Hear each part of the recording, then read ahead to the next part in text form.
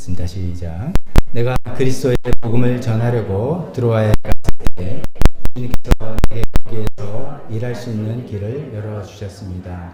그러나 나는 내 형제의 기도를 만나지 못하여 마음이 편하지 않았어 그들과 작별하고 마케도니아로 갔습니다. 그러나 그리스도의 은혜에 언제나 우리를 참가시키시고 그리스도를 아는 지식의 향들을 어디에서나 우리를 통하여 풍기게 하시는 하나님께 감사를 드립니다. 우리는 구원을 얻은 사람들 가운데서나 멸망을 당하는 사람들 가운데서나 하나님께 바치는 그리스도의 향기입니다. 그러나 멸망을 당하는 사람들에게는 죽음에 이르게 하는 죽음의 냄새가 되고 구원을 얻는 사람들에게는 생명에 이르게 하는 생명의 향기가 됩니다. 이런 일을 누가 감당할 수 있겠습니까? 우리는 저 많은 사람들처럼 하나님의 말씀을 팔아서 먹고 살아가는 장사꾼이 아닙니다. 우리는 하나님께서 보내신 일꾼답게 진실한 마음으로 일하는 사람들입니다. 우리는 하나님이 보시는 앞에서 그리스도 안에서 말하는 것입니다. 아멘. 설교를 위해서 기도하겠습니다. 하나님 아버지, 계속해서 고린도후서의 말씀을 통해서 우리에게 하시는 말씀을 듣고 있습니다. 오늘은 그 유명한 그리스도의 향기가 되는 이야기입니다. 우리는 어떤 향기가 되어야 되는지, 또 그 전에 그리스도의 향기는 무엇인지 우리가 생각해 볼 때 하나님 우리 삶에 우리가 그렇게 살아갈 수 있는 지혜와 용기 허락하여 주시길 원합니다. 예수님 이름으로 기도했습니다.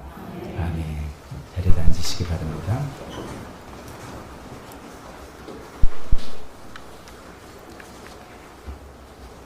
요즘 좀 냄새에 좀 점점 민감해지는 시대인 것 같습니다. 그래서 이제 좋은 냄새 누구나 다 좋아하죠. 그래서 좋은 냄새를 위해서 향이 많이 개발이 된 것 같아요. 그래서 여자분들 향수 뿌리고 뭐 그런 거는 뭐 옛날부터 있었고요. 백화점 같은데 1층 가면 주로 이제 화장품 쫙 있는데 거의 1층만 들어가면 벌써 냄새가 좋은 냄새가 나죠. 남성들 이제 요새는 향수 화장품 많이 쓰고. 방마다 무슨 디퓨저, 뭐 방향제 이런 거 굉장히 많이 있습니다. 다 이제 좋은 향내를 좋아하니까요. 그런 이제 시대를 그걸 굉장히 또 많이 활용하는 시대를 살고 있는 것 같습니다. 또 반면에 이제 불쾌한 냄새 얼마나 싫습니까? 이제 그러다 보니까 더 이제 그런 거 싫은 거죠. 여러분들이 가장 불쾌해하는 냄새는 뭐 어떤 냄새입니까? 발가락 냄새도 싫을 것이고, 그죠? 여름 특히 요즘 같이 이제 막 여름에는 지하철이나 버스나 이렇게 대중교통 타면 혹간에 땀 많이 흘리시는데 땀에 옷에서 막 이렇게 땀 냄새 나면 좀 그런 것도 굉장히 좀 쉽지 않죠. 등등 이제 나쁜 불쾌한 냄새도 많이 있습니다. 참고로 이제 불쾌한 냄새 우리가 이제 인간이 민감한 이유는 혹시나 이제 독이라든지 위험한 걸까 생각해서 자기를 보호하려는 본능이라고 뭐 그런 얘기도 있습니다만 싫은 건 싫은 거죠. 자, 이제 그런 등등 이제 냄새가 나는 냄새는 또 한 번 또 맡으면 기억이 이렇게 나고 딱 굉장히 각인이 되는 그런 감각이지 않습니까? 그런 의미에서 이제 오늘은 이제 그리스도의 향기라는 이게 뭐 fragrance라고 할 수도 있고 아로마라고 할 수 있는 그런 설교 제목입니다. 향기라는 그 단어 자체가 참 예쁜 것 같아요. 우리말로 향기 하면 이제 발음하기도 좋고 이렇게 불러도 이렇게 좀 향기가 떠오르는 그 이미지가 있기 때문에 참 좋은 것 같습니다. 그래서 이제 우리가 그리스도의 향기가 되자라고 생각해서 좀 그리스도의 좀 아름다운 것, 좋은 것들을 많이 이렇게 드러나야 되겠다라고 생각을 합니다. 근데 이제 저희가 이제 강해 설교를 하는 뭐 유익한 점이랄까요? 그런 것 중에 하나는 그냥 우리가 익숙하게 듣는 어떤 단어, 어떤 표현만 딱 떼서 듣는 게 아니라 그게 이제 어떤 문맥에서 맥락에서 이해하기 때문에 어떤 이야기를 지금 하면서 그리스도 향기라는 그 표현을 쓰고 있구나라는 것을 좀 더 잘 이해할 수 있게 되는 것 같습니다. 예를 들어 지난 주말에도 얼핏 우리가 성경을 읽으면 용서하라 이런 이야기했지만 그보다는 화해를 향한 용서의 과정들을 지금 밟아나가는 이제 그런 거구나. 그럼 또 용서와 화해는 또 다르기 때문에 우리가 다른 진짜 진정한 의도를 우리가 좀 알 수 있듯이 오늘 향기도 그리스도의 향기가 되자 할 때 좋은 그리스도의 좋은 향기가 되자라는 그런 어떤 단순한 이야기는 또 아니다. 우리가 결론은 그렇게 기억을 할지라도 결론은 그렇게 알지라도 그 과정들과 그 안에 담긴 내용들이 좀 다른 것이 있음을 우리가 살펴볼 수 있을 것 같습니다. 이제 본문 설명을 좀 더 하겠습니다. 이 어떤 맥락에서 이런 이야기가 나오는지 성경의 내용을 좀 풀어서 제가 설명해 드리겠습니다. 이미 그 전에 이제 고린도 전서와 후서 두 편지만 있는 게 아니고 쓴편지는 한 4편지, 편지가 4통 정도 된다라는 과정을 말씀드렸죠. 이런 것들을 이해하는 게 하는데 도움이 되기 때문에 말씀을 드린 것이죠. 근데 고린도 전서 편지를 쓰고 문제가 있어 편지 썼는데 그것이 잘 안 돼가지고선 직접 방문했더니 오히려 더 일이 어그러져 가지고선 오히려 사도 바울은 굉장히 모욕을 당하면서 떠났었죠. 그래서 이제 끝인가 생각하다가 아니다, 이럴 수는 없다. 된다. 그래서 눈물의 편지를 써서 디도라는 사람 편에 보냈다고 말씀드렸습니다. 지금 그 상황입니다. 눈물의 편지를 디도한테 보내고 난 다음에 디도 편으로 오는 소식을 기다리고 있는 상황 때 어떤 일을 겪었고 어떤 그 얘기를 지금 하는 중입니다. 우리가 읽어보면 이제 내가 드로아에 갔을 때라고 표현하는데, 드로아라는 곳은 이제 사도 바울이 그 터키 지방에서 처음에 막 전도하다가 뭔가 길이 자꾸만 복음의 길이 안 열리고 막히는 거예요. 왜 그러지? 그러다가 드로아라는 도시에 도착했을 때, 그게 이제 트로이 목마에 나오는 그 트로이죠. 거기서 이제 그 유명한 환상을 본 거죠. 마케도니아인이, 유럽 사람이 우리를 도와달라라고 하는 그 환상을 보고, 아, 여기를 막으시고 저기를 여시는가 보다라고 해서 그 이제 바다를 건너서 소위 이제 유럽 지역으로 가서 빌립보, 데살로니가, 고린도까지 교회들을 개척하게 된, 굉장히 사도 바울한테는 의미 있는 그런 곳에 왔습니다. 그리고 마치 거기 사람들 복음을 받아들이는 것 같아요. 그래서 일할 기회가 막 생겨서 뭐 이렇게 좀 반응이 있어요. 그럼에도 불구하고 사도 바울의 마음은 영 중심을 잡을 수가 없는 겁니다. 고린도 교회 소식이 궁금해서 디도 편으로 올 고린도 교인들이 그 나의 눈물의 편지 내용을 잘 받아들였을까 아닐까, 이 마음속에 집중을 할 수가 없었던 것이죠. 그러면서 막 괴롭기도 하고 막 어떻게 해야 되나 막 그러고 있는데, 이제 여기서 성경에 그렇게 표현되어 있지 않지만 어쩌면 번뜩 어떤 한 장면이 떠오른 겁니다. 내가 지금 이런 어떤 번민과 괴로움과 이런 일이 생긴 거, 이런 것들이 이런 거구나 라는 걸 깨닫게 해주는 어떤 그림이 딱 떠올랐던 것입니다. 그 그림이 바로 개선 행렬의 그림이었습니다. 그 당시에 이제 로마가 지배하는 시대죠. 로마가 이제 가장 최강대국이니까 근처 나라에 가서 전쟁을 해서 당연히 로마가 이겨서, 그러면 이제 로마로 개선 장군, 전쟁에 승리한 장군이 탁 말을 타고 왔겠죠. 딱 이제 개선문을 통해서 들어오면 이제 승리 군대들이 쭉 따라오죠. 그러면 이제 로마 시민들은 또 우리가 전쟁에서 이겼다라고 하면서 이제 시민들이 나와서 뭐 환호성을 쳐주고 박수를 하고 막 이제 축제가 일어나는 것이죠. 근데 이제 그러면서 이제 박수와 하면서 뭐 꽃을 뿌렸는지 어떤지 모르지만 분명한 것은 그때 향불도 폈다는 것이죠.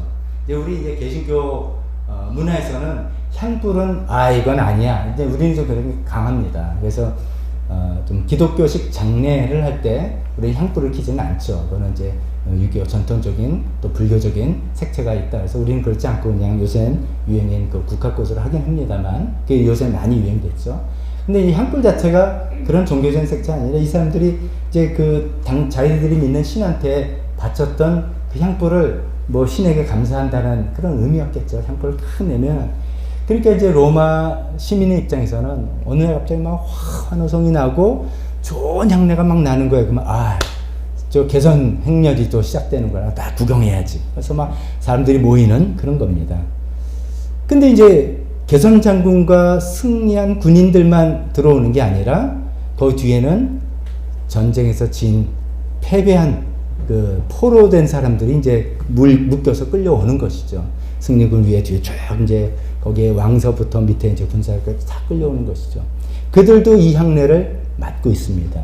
승리한 전 군인들도 이 향내를 맡고 패배한 패배군도 이 향내를 맡습니다. 똑같은 향내인데 이 향이 완전히 다른 의미로 그들에게 다가오는 것이죠. 즉 승리한 군인들에게는, 로마 또 시민들에게는 이wan 승리와 생명의 냄새입니다. 우리 로마가 또 이렇게 이겼고 우리가 또 점령을 했고 또 우리가 부자가 됐고 뭐 이런 것이죠. 그런 냄새가 그런 의미를 주는 것인데 이 지금 이제 패배한 적군으로서 패배한 군사로서 끌려 들어온 사람들에게 이 향내가 어떤 의미냐면 패배와 죽음의 의미라는 거죠. 이 계산일이 다 끝나고 나면 자기네들은 처형을 당하고 죽음을 당하는 그런 일이에요. 그런 일이 오기 때문에 이 냄새를 맡는 순간 아휴 끝났구나. 이제 우리는 죽을 수밖에 없구나. 라는 의미로 다가온다는 말입니다. 사도 바울이 이제 이것이 딱 떠올랐어요. 이것이 떠오르면서 자기 마음에는 내가 왜 이렇게 힘들어 하는지, 꼭 고린도 교회를 아니라도 왜 이제 교회랑 이슈 때문에 뭐 이게 왜 오해가 되고 꼬이고 이게 안 받아들여지고 진심이 통하지 않고 하나님 분명히 살아계신데 그게 왜 이렇게 잘 안 되고 이게 왜 이렇게 복잡하지? 그래서 자기는 지금 복음의 사회 길이 열렸는데도 그걸 집중을 못하고 막 하는 이 심정이 이해가 된 거예요. 아, 복음도 마찬가지구나. 우리는 그리스도 향기라고 하는 이 향기가 양면성을 갖고 있는 거예요. 생명을 얻는 사람들에게 기쁨과 생명의 의미로, 그러나 멸망을 당하는 사람들에겐 패배와 죽음으로 완전히 다른 의미로 다가오듯이 이 복음도 마찬가지구나 라는 것을 딱 이제 다시 한번 깨닫게 된 겁니다. 그래서 16절에 이런 얘기를 하죠. 멸망을 당하는 사람들에게는 죽음에 이르게 하는 죽음의 냄새가 되는 것이고 구원을 얻는 사람들에게는 생명에 이르게 하는 생명의 향기가 되는구나.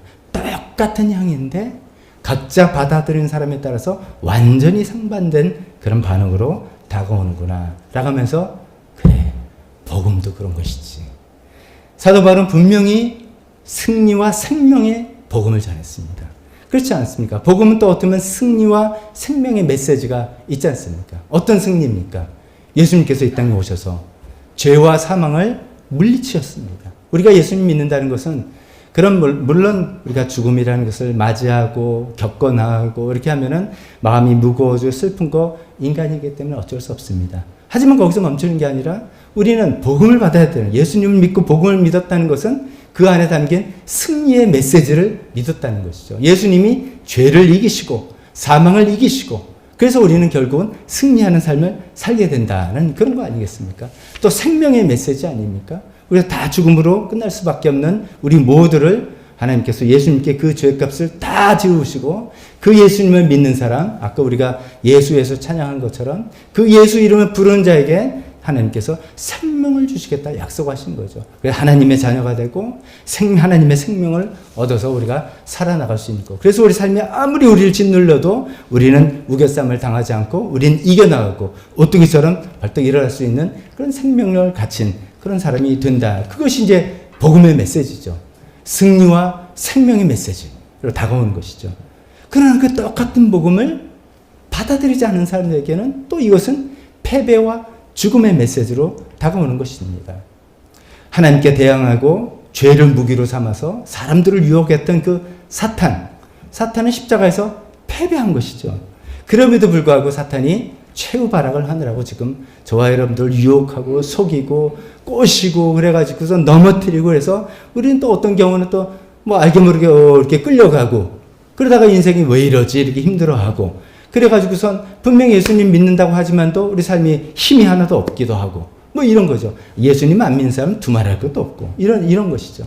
그 똑같은 복음이 생명과 승리와 생명의 메시지가 됨과 동시에 패배와 죽음의 메시지가 된다는 말씀입니다. 그러니까 사도 바울이 그것을 다시 이제 깨달은 것이죠. 참고로 이제 성경에 보면은 이게 이제 멸망을 당한 사람들에겐 죽음에 이르게 하는 죽음의 냄새다. 이렇게 표현했습니다. 이게 이제 그 문자 그대로 들으면은, 이건 뭐, 독가스야? 이렇게 생각이 듭니다. 이거를 맞는 사람은 죽이는 그런 뜻인데 그런 의미가 아니라 이제 강조를 하기 위해서 표현한 것이죠. 사람을 죽이는 냄새라는 뜻이 아니라 이것을 안 받아들이게 되면 죽습니다라는 내용이 담긴 냄새다. 이렇게 이해하는 게 더 좋을 것 같습니다. 그래서 여기까지 요약을 해보면 구원을 얻는 사람에게 복음은 그걸 받아들여서 그것이 생명의 향기가 되는 것이고 멸망을 당한 사람들은 복음을 거부해서 그들에게 그것은 죽음의 냄새가 되는 것이다. 이런 복음의 양면성이 있다는 것을 사도 바울이 다시 한번 깨닫게 된 겁니다. 근데 거기서 끝나는 게 아니라 그 다음에 16절 후반부에 이런 얘기를 하죠. 이런 일을 누가 감당할 수 있겠는가? 이건 무슨 말이냐면, 이 복음이라는 것이 그냥 이 하나님 살아계시고, 하나님 능력 있으시고, 그 진리고, 그래서 딱 전하면 사람들이 다 받아들이면 예수 믿으면 다 서로 그냥 하나님 안에서 그냥 다 우리가 화합이 되고 똑같고 이렇게 되는 거라고 생각했는데, 자기가 지금 겪는 현실은 고린도 교회가 복잡하기도 하고 자기가 이게 왜 생기지 생각했는데, 이런 양면성을 깨달으면서 이거를 진짜 복음이 이런 양면성이 있습니다라고 누가 이거를 올바르게 제대로 전할 수 있을까? 이런 생각을 해보는 겁니다. 왜냐하면 누구나 다 싫은 소리 듣기 싫어하기 때문이죠. 싫은 소리를 듣기 싫어하는 겁니다. 다 좋은 소리만 듣고 싶어 하는 겁니다. 예를 들면 이런 겁니다. 하나님 당신을 사랑하십니다. 아멘이십니까? 좀 발음 한번 해보세요. 하나님 늘 우리 함께 계십니다. 하나님 우리를 결코 버리시지 않습니다. 하나님 우리 죄를 용서하십니다. 다 좋은 소리잖아요. 다 아멘이잖아요. 근데 이게 이제 앞에 말씀 들으면 하나님께서 하나님의 모든 약속이 예수 그리스도 안에서 예가 되고 우리는 아멘 해서 받아들이는 거잖아요. 그런데 우리가 이제 이런 거 어떻습니까? 복음을 받아들이지 않으면 어떻게 되는가? 그 예수님의 복음을 받아들이지 않으면 그래도 하나님은 사랑이시다. 어떻습니까? 그런 겁니까? 예수 믿는 사람 천국 가지만 더 우리의 생경에게 말하면 예수 믿지 않는 사람은 지옥 가는 겁니다. 요새 좀 이게 좀 말하면 좀 교회에서 좀 마음 편하게 좀 예배 드리려고 하는데 왜 이렇게 좀 힘든 이야기 하시지? 좀 불편하네. 그래서 이걸 자꾸만 이렇게 물을 타는 거죠. 물 타고 그냥 좋은 게 좋은 거라고 그냥 위로의 메시지만 하고 평화의 메시지만 하고 축복의 이야기만 하고 성경이 분명히 그런 이야기가 있고 하나님께서 분명히 그런 말씀을 하시는 겁니다면 이 복음 안에는 승리와 생명의 메시지만 있는 게 아니라 똑같이 패배와 죽음의 메시지도 담겨져 있는 거죠. 양면성이 있는 거죠. 그래서 이 복음을 받아들이지 않는 것은 마치 뭐 같다? 하나님에 대한 커다란 모욕과 같다고 얘기하는 거죠. 로마서 2장 4절에 이렇게 개역개정 성경을 제가 읽은 표현입니다. 혹 내가 하나님의 인자심이 너를 인도하여 회개하게 하심을 알지 못하여 그의 인자심과 용납하심과 길이 참으심이 풍성함을 멸시하느냐. 여러분 어떤 사람한테 모욕당하시면 기분이 어떻습니까? 기분 굉장히 불쾌하죠. 근데 뭐 자기보다 힘센 사람한테 모욕당했어요. 그럼 할 말 없어요. 힘이 없으니까. 치사하고 뭐 해도 참는다. 이랬는데 자기 저 밑에 있는 사람한테 핫바리 후배나 이런 사람한테 모욕을 당했어요. 내가 힘이 있어. 그럼 어떡합니까? 뭐 적당한 보복을 하겠죠. 우리가 모욕한 대상이 믿지 않는 이 복음을 받아들이지 않아서 모욕한 대상이 하나님이라는 거예요. 근데 하나님이 그냥 허허 마음 좋은 할아버지처럼 그럴 수 있지 하고 다 받아들이기만 하는 그런 하나님은 공정한 하나님이 아니시죠. 그래서 사도 로마서 2장 8절에 2장 4절에도 그렇게 하는 것이 하나님을 멸시하는 것이다. 엄청난 죄악이다라고 이야기하는 것이 이 복음 안에 들어있다는 것이죠. 그리고 또 이 예수님을 믿고 신앙생활을 하는 저와 여러분들에게도 믿으면 다 된 거지. 한번 믿었으면 다 그냥 하나님께서 우리를 용서하시고 다 우리를 무조건 천국 데리고 가시겠지 라고 하지만 그렇지 않은 말씀들이 많다 이거죠. 저희가 요즘 이제 수요예배 때 매 성경 순서에 따라서 히브리서를 쭉 다루고 있습니다. 이번엔 히브리서 안에 주제를 제가 뽑자고 생각해서 히브리서 안에는 수많은 경고, 첫 번째 경고, 두 번째 경고 이렇게 이야기합니다. 그 경고의 내용들이 이겁니다. 첫 번째, 흘려 떠나가려 하지 마. 휩쓸려서 그냥 떠나가지 마라. 분명히 예수 믿는 크리스찬들한테 하는 경고가 당신 어리버리하고 있다면 그냥 휙 날아간다. 조심해라. 이런 경고하고 있습니다. 두 번째, 안식에 들어가기를 힘써라. 안식 들어가더니 예수 믿었으니까 안식하고 됐지? 아니다. 정신 똑바로 차리고 성령님이 인도받아서 계속 나가지 않으면 어떻게 되는지 모른다. 지난주에는 성장하지 않으면 타락한다. 이런 무서운 경고들을 무섭다기보다도 계속 이런 얘기를 하고 있는 것입니다. 그래서 지난 수요일 날 성장하지 않으면 타락한다. 히브리서 6장 4절 이야기를 하면서 한번 빛을 받아서 하늘의 은사를 맛보고 등등등 신앙생활을 잘했던 사람이라도 그 사람이 타락하면 그는 회개에 이르게 할 수 없다. 그 사람 마치 예수님은 다시 한번 십자가 못 박는 그런 사람이다. 라고 엄중하게 경고를 하고 있다는 것이죠. 복음은 이런 양면성을 갖고 있습니다. 저는 이 설교를 준비하면서 좀 내가 혹시 한쪽만 너무 강조를 했나? 이런 생각도 해보게 됩니다. 여러분 어떠세요? 제가 예수 안 믿으면 안 됩니다. 이런 얘기 좀 안 했나요? 좀 너무 이쪽 이야기만 치우쳤나요? 이제 앞으로 이쪽 얘기를 많이 해야 될지 모르겠습니다. 했죠. 근데 이런 분명한 복음에는 양면성이 있다는 것입니다. 그렇기 때문에 이런 것들을 듣기 싫어하고 거부하기 때문에 이런 얘기를 잘 안 한다. 이런 얘기예요. 그래서 17절에 뒤에 나온 사람들이 그래서 사람들이 복음에 물타기를 해서 좋은 이야기만 하는 거죠. 지금 하나님을 등지고 잘못돼서 큰일 나고 있는데 괜찮아. 하나님은 사랑이셔. 하나님 늘 돌봐주시는 거야. 하나님 좋은 이야기만 하면서 결국 그 사람 진짜 망하게 놔둔다면 그건 안 된다라는 이 생각을 여기서 들어와서 기다리면서 하고 있다는 것입니다. 자, 이런 설명을 들으면서 우리 이제 좀 짧게 그러면 어떻게 우리가 이 메시지를 듣고 어떻게 생각해 볼 거를 말씀드려 보겠습니다. 오늘 이제 설교 제목이 이제 그리스도 향기, 처음에 그랬다가 그리스도 향기만 하면 너무 막연해서 그 다음에 딴딴 하고서 나는 어떤 냄새가 나나? 나는 어떤 냄새를 풍기고 사는 사람인가? 이런 생각을 좀 더 적극적으로 해보기 위해서 그렇게 붙여봤습니다. 우리는 성경에서도 우리에게 요구하는 것, 또 우리가 그렇게 하는 것처럼 우리는 그리스도의 향기를 내는 사람이 다 되고 싶지 않습니까? 그렇지 않습니까? 아멘으로 한번 또 화답해 보세요. 우리는 다 그리스도의 향기를 내는 사람이 되고 싶지 않습니까? 아멘. 그런 것이죠. 이제 그러려면 먼저 그리스도의 향기가 뭔가를 먼저 또 생각을 해봐야 되겠죠. 그리스도의 향기가 뭡니까? 그리스도 향기가 뭐라고 생각해서 나는 그리스도 향기를 내야지라고 생각하고 계십니까? 꽃향기, 좋은 거, 아니면 아까 승리와 생명의 향기를 했으니까 뭔가 잘 되는 거. 그래서 잘 돼가지고선 야, 저 사람 봐, 제 예수 열심히 믿으니까 저렇게 잘 됐어. 이런 모습을 보여주는 게 그리스도 향기인가? 당연히 그런 모습이 있죠. 그런 것 다 포함되죠. 그러나 이제 문맥을 쭉 생각해 보면 이런 것까지도 다 포함되어 있다는 것을 우리는 생각해야 되는 것이죠. 사도 바울은 그리스도 향기 이야기하기 위해서 개선 행렬 이야기를 했습니다. 개선 행렬에 지금 참여하고 있는 군사들에게서 어떤 냄새가 나는데, 물론 향도 피지만 거기에 참여하는 군사들은 어떤 냄새가 지금 나겠습니까? 땀 냄새 나는 겁니다. 피비린내 냄새 나는 겁니다. 그 전쟁에 승리하기 위해서 맨날 며칠을 씻지도 못하고 잠자지도 못하고 싸워가지고서 피 튀기는 싸움을 해가지고 그리고 지금 승전을 가지고 승리의 소식 갖고 지금 들어오는 겁니다. 그 사람한테는 꽃향기가 나는 게 아닙니다. 그런 어쩌면 고약한 냄새가 있을 수도 있습니다.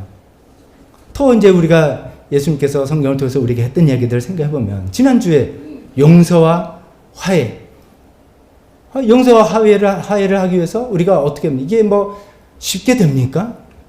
성경은 분명히 우리에게 용서는 해야 되는 것이다. 명령을 하셨어요. 화해는 쌍방이니까 잘 안 될 때도 있지만 용서는 해야 된다고 생각하는데, 그럼 용서해야 될 우리 대상은 나한테 상처를 주고 아픔을 주고 힘들게 해주는 사람인데 그 사람을 용서하는 게 쉽지만은 않단 말이죠. 근데 그거를 위해서 그냥 끙끙 땀 흘려서 그냥 예를 들어서 소위 그냥 생각한다면 땀 뻘 흘리면서 이 사람을 용서해 내느라고 고생하고 깨끗하고 쉽게 이렇게 되는 게 아니라 그걸 하기 위해서 애써서 힘들어서 하는 사람들의 몸에서 나는 그런 땀 흘리는, 하나님 말씀을 순종해서 땀을 흘리는 그런 냄새일 수도 있다는 것이죠. 또 예수님처럼 섬기려고, 남을 섬기려고, 남 섬기기 위해서 고상하게 차려입고 하겠습니까? 뭐 이제 음식을 차리고 청소를 하고 뭘 도와주면 이마에 땀이 나고 옷에 땀 냄새가 나서 제가 아까 불쾌한 냄새라고 한 것처럼 몸에 땀이 적어서 이거 씻지 못해서 빨지 않은 행주 냄새 같은 냄새가 나는 그런 냄새가 될 수도 있다는 것이죠. 이 그리스도 향기가 된다고 하는 것은 이거 고상하고 깨끗한 그 향기만은 아니라는 것입니다. 하나님의 말씀을 위해서 정말 순종하려고 살아가면서 우리 삶에서 어떤 희생이 담기고 뭐가 좀 이렇게 손해가 보기도 하고 하는 그런 것들, 남들이 보기에는 좀 이상하게 보이기도 하는 그런 모습들이 다 담겨져 있는 모습이 그리스도 향기의 모습이다 하는 것입니다. 냄새만 국한하지 않고 이걸 좀 확대해서 우리가 삶의 모습이라고 생각한다면 그리스도 향기는 또 이런 것일 수도 있습니다. 난 죄인이다 라는 것을 솔직하게 고백하는 그런 용기 든 모습. 이것도 그리스도의 향기입니다. 제가 이제 이런 걸 드리는 이유는 제가 이제 속해 있는 어떤 이제 목사님 그룹이 있는데 그 중에 한 목사님이 우리 단톡방에 깜짝 놀란 내용을 올리셨어요. 자기가 너무너무나 회개한다. 자기가 그동안 동료 목사님들에게 너무 교만하게 굴고 너무너무 내가 잘못했던 거를 그동안 목사님들이 참아준 걸 내가 하나님께서 깨져서 회개하고서 그동안 너무 내가 잘못했는데 날 용서해달라. 이런 내용을 길게 썼어요. 근데 그 목사님 좀 그랬거든요. 그러니까 그 목사님 회의할 때도 지는 법이 없어. 무조건 자기 의견대로 주장을 하는 거예요. 우리는 다들, 지겨워. 그래, 알아서. 그래가지고 이제 그랬던 분이에요. 소위, 나 잘났어. 이름. 근데, 하나님께서 어떻게 그 심령을 타치하셔서 그 과정은 제가 말씀드릴 필요도 없지만 그래가지고 그런 거를 이렇게 단톡방에 올려서 이게 짧게 쓴 게 아니에요. 정말 진심이 담겨져 있는 글로 써서 보낸 거예요. 그리스도 향기 아닙니까? 그런 게 그리스도 향기죠. 그래서 모두 다 우리가 진심 어린 축복하고 무슨 말이냐 이야기하고 다 그런 메시지를 또 우리가 보내기도 하고 그런 게 그리스도의 향기죠. 죄인이라고 솔직히 고백하고 그것을 용납하고 받아들이고 다시 하나가 되고 서로 화해하는 포용을 하고 하는 그런 모습들, 이게 그리스도의 향기라는 것입니다. 살아가기 힘들고 어려운 시대죠 요새. 내 갈 길 멀고 밤은 깊은데 내 갈 길이 먼데 밤도 깊어요. 빛 대신 주님께서 우리에게 길을 비춰주지 않으면 어디로 가야 될지 어떻게 해야 될지도 모르는 그런 시대를 우리가 살아가고 있는 것 같습니다. 그럴 때라도 어떻게 해서라도 나는 하나님만 붙들고 살아가겠다는 그 고백과 그런 모습들, 그리스도의 향기입니다. 이런 건 다 그리스도의 향기입니다. 고상한 냄새만이 아닙니다. 그런데 이것이 어떤 사람에게 그리스도의 향기냐면 예수님을 믿는 구원을 얻은 사람에게만 그리스도의 향기다. 오늘 말씀대로 그렇잖아요. 똑같은 개선 행렬의 향불이 나는데 그 개선군과 승리하고 로마 시민들한테는 이것이 생명과 승리의 냄새예요. 제가 지금 열거한 그런 건 남을 위해서 땀 흘려 수고하고 죄를 고백하고 용납하고 어떻게 하는 이런 것들 말씀을 순종하려고 애쓰고 하는 모습들이 우리 다 예수 믿는 사람들을 볼 때는 너무나 귀하고 너무나 감동이 되고 너무나 도전이 되고 정말 이게 향기다 이렇게 되는데 거기서 끝나는 게 아니라 반대로 성경 표현으로는 멸망을 얻는 사람들에게는 죽음의 냄새다 이거죠. 죽이는 냄새가 아니라 우리식으로 표현하면 쓸데없는 모습이라는 거예요. 세상에 쓸데없고 세상에 바보 같은. 아니야, 네가 무슨 돈이 이렇게 많아. 그거 가지고 남 베풀고 난리 있어.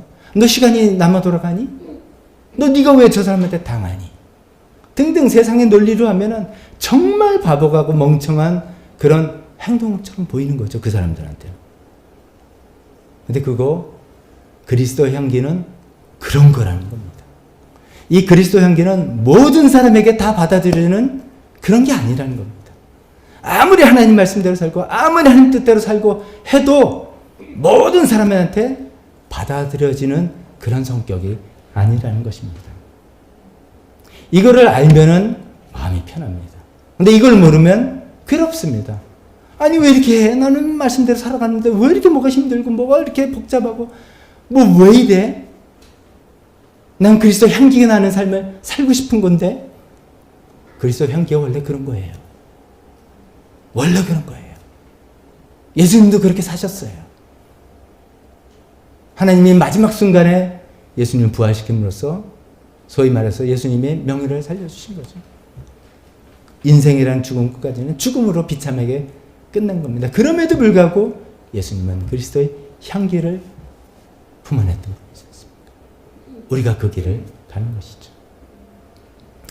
믿지 않는 사람들에게는 이것이 죽음에 이르게 하는 죽음의 냄새처럼 여겨지는 것이, 불쾌한 냄새처럼 여겨지는 것이, 또 미련한 모습처럼 보이는 것이 마땅하다, 당연하다.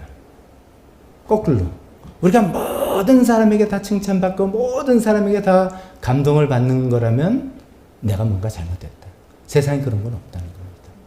이 복음은 항상 양면성을 가진 메시지이기 때문에 항상 그것을 같이 인정해주고 이해해주고 격려하고 도전받고 하는 그런 그룹이 있는 반면에 항상 그런 나의 모습을 바보 같다, 어리석다, 너 불쾌하다, 너 왜 그러냐, 너 잘났냐 하는 사람이 있는 게 당연하다는 거죠. 없으면 내가 뭔가 이 냄새가 선명하지 않은, 나의 모습이 선명하지 않은 그런 거라고 말씀하고 계십니다. 한 가지만 마지막으로 말씀드려본다면, 우리가 이제 그리스도 향기가 돼야 되고 향기의 성격이 이런 거라고 말씀드렸다면, 혹시 나는 세상 냄새를 풍기는 사람은 아닌가? 냄새 얘기가 나왔으니까 그것도 한번 생각해야 되겠죠. 세상 냄새는 뭡니까? 이제 냄새를 주제로 삼으니까 그렇게 좀 표현이 됐는데, 저는 분명히 교회 다니고 분명히 믿는다고 하는 사람 같은데 뭐 세상 사람과 다른 게 하나도 없네. 주로 이제 뭐 이런 거죠. 약삭 빠르게, 선입계산에 아주 밝고, 손해보기 싫어하고, 자기 부인 절대로 하면 안 되고, 책 잡히면 안 돼야 되니까, 눈에 보이는 것 영원한 것처럼 붙들고 살고, 자기 권력 휘두르고, 우리가 보통 기분 나쁘다, 불쾌하다 이런 모든 것들이 따지가면 권력이라는 우상을 붙들고 있다. 우리가 예전에 살펴봤죠. 자기라는 걸, 자기가 권력이에요. 근데 자기 권력대로 안 되니까 막 기분 나쁘고 불쾌하고, 힘 있을 때는 그 사람한테 해코지를 하는 그런 것이죠. 뭐 그게 이제 세상 냄새죠. 아무리 성경 끼고 예배 나오고 뭐 이렇게 한다 하더라도 그 사람의 삶을 딱 보면은 그런 모습이 보인다면 세상 냄새입니다. 우리가 세상 냄새 심하게 날 수가 있습니다. 그런데 냄새, 몸 냄새, 특히 몸 냄새의 특징 중에 하나는 자기는 못 맡아요. 자기는 냄새를 못 맡아요. 예를 들면 이제 담배 피는 냄새, 담배 냄새. 담배 안 피는 사람은, 저는 이제 뭐 중학교 때 한 번 이제 호기심에 피해본 거 외에는 담배 피지 않은 거니까, 담배 핀 사람의 몸에서 난 냄새 기가 막히게 해요. 아, 이런 얘기하면 또 저를 피하려고. 아니, 그러니까 담배 안 피는 사람은 담배 피는 사람 냄새 맞습니다. 근데 담배 피는 사람은 자기 몸에서 담배 냄새 한다는 걸 모르잖아요. 그래서 내가 세상 냄새를 풍기는 사람인가 아닌가를 스스로를 알기가 참 힘들어요. 그래서 교회 공동체가 정말로 필요한 것 같습니다. 사람들 앞에서 나를 그래도 가급적이 솔직히 드러내고 내 이야기를 하고, 좋은 이야기만 하는 게 아니라 고민 이야기도 하고 아픈 이야기도 하고 내 욕심 이야기도 하고, 그걸 이야기할 때 당신 그 세상 냄새나 이렇게는 이야기 안 하지만 뭔가 반응이 나를 위로하는 것 같지만 지지해 주는 건 아니네. 그러면 이게 뭔가 좀 이렇게 생각해보면, 아, 이게 세상 냄새구나. 내가 아직 세상 물이 덜 빠졌구나. 그런 냄새가 나는 부분이구나. 나는 이게 굉장히 고민하고 있는데 결국 내가 세상적인 욕심 때문에 그렇다는 걸 다들 지금 암묵적으로 이야기해주고 있구나 라는 것을 깨달을 수 있는 공동체가 진짜 필요합니다. 그래서 이제 목장 모임을 하고 우리가 가끔 진실하게 이야기하고 오래 만나고 1년, 2년, 3년, 10년까지 이야기하면 서로를 숨기는데도 좀 한계가 있어요. 그래서 진실한 게 나오면 당신 건 세상 냄새 나는 거야. 이야기해 줄 수 있는 사람 우리 절실하게 필요하지 않습니까? 말씀을 정리합니다. 우리는 그리스도의 향기가 나는 사람이 됩시다. 나에게는 어떤 냄새가 납니까? 그 냄새가 좋은 냄새란 뜻은 아닙니다. 남들이 맡기 좋은 꽃향기 냄새라는 뜻은 아닙니다.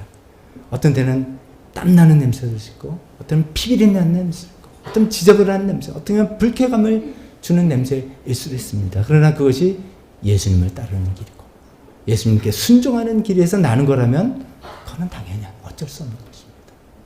또 그런 향기, 그런 냄새를 우리가 풍길 때 모든 사람이 우리를 다 잘했다고 반가워해 주지 않을 수 있다는 것을 또 기억했으면 좋겠습니다. 거기에 우리의 마음이 혼란스러워하거나 힘들어하지 맙시다. 세 번째, 나는 어떤 냄새를, 혹시나 세상 냄새 풍기는 거 아닐까? 내가 살아가는 모든 입만 열고 생각하는 모든 것들은 다 세상적인 것들, 욕심에 관한 것들만인가 아닌가? 아무리 잘 차려입고 예배 번듯하게 드리고 뭐 해도 결국 나는 세상 냄새 풍풍풍 풍기는 사람인가 아닌가? 이런 것을 또 생각해 보면서 하나님의 도우심으로 우리 자신을 또 비춰보고 정말 아름다운 그리스도의 향기를 퍼뜨리는 저희 여러분들 다 되었으면 좋겠습니다.